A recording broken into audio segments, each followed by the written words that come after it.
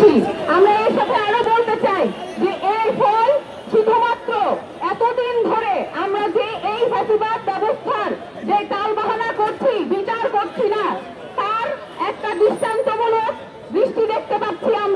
আমরা আরো বলতে চাই যে এই আওয়ামী লীগ আমলের যে বিচার সংস্থা, সেই বিচার একদম বাংলাদেশের প্রত্যেকটি তৃণমূল পর্যায়ে এই বিচার করতে হবে।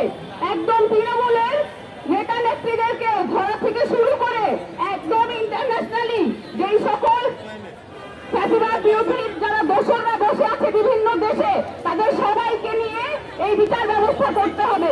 আমি এর সাথে আরো বলতে চাই, সদস্য সচিবের সাথে আমাদের সিনিয়র যুগ্ম সদস্য সচিব তাসলিম যারা, ওনার উপর হামলা না হলেও ওনার বিরুদ্ধে যেই সকল অশ্লীল কথাবার্তা আমরা শুনেছি ওই ভিডিওতে, ভার্বাল যে আক্রমণ হয়েছে, তারও আমরা তীব্র প্রতিবাদ জানাই। এবং আমরা জানাইতে চাই যে শুধুমাত্র ন্যায় জন্যই আপনারা যা ইচ্ছা তাই গালিগালাজ করতে পারবেন, এই স্বাধীনতা আপনাকে কোথাও দেশে এবং বিদেশে দেওয়া হয় নাই। ধন্যবাদ সবাইকে।